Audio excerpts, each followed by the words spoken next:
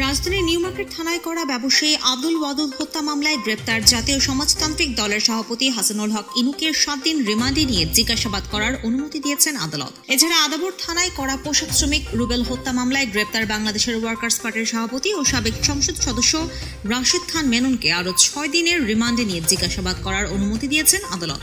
ঢাকার chief metropolitan magistrate আদালতে মঙ্গলবার পৃথক 2টি মামলায় এই আদেশ দেন। পুলিশ ও আদালত সংশ্লিষ্ট সূত্রগুলো বলছে, ব্যবসায়ী আব্দুল ওয়াদুদ হত্যা মামলায় গ্রেপ্তার হাসানুল হক ইনুকে আদালতে হাজির করে 10 দিনের রিমান্ডে নেওয়ার আবেদন করা হয়েছে। আবেদনে উল্লেখ করা হয়, ব্যবসায়ী আব্দুল ওয়াদুদ হত্যা মামলায় হাসানুল হক ইনুর জড়িত থাকার তথ্য পাওয়া যাচ্ছে। হত্যাকাণ্ডের রহস্য উদ্ঘাটনের জন্য তাকে 10 দিনের রিমান্ডে নিয়ে জিজ্ঞাসাবাদ করা জরুরি। তবে ইনুর আইনজীবী রিমান্ড আবেদনের বিরোধিতা করে তার জামিন প্রার্থনা করেন। উভয় পক্ষের শুনানি নিয়ে আদালত হাসানুল হক ইনুর 7 দিনের রিমান্ড মঞ্জুর করেন। গতকাল সোমবার বিকেলে রাজধানীর উত্তরা এলাকা থেকে হাসানুল হক ইনুকে গ্রেপ্তার করা হয়েছে বলে পুলিশ জানায়। পরে তাকে মিন্টো রোডে গোয়েন্দা পুলিশের কার্যালয়ে নেওয়া হয়।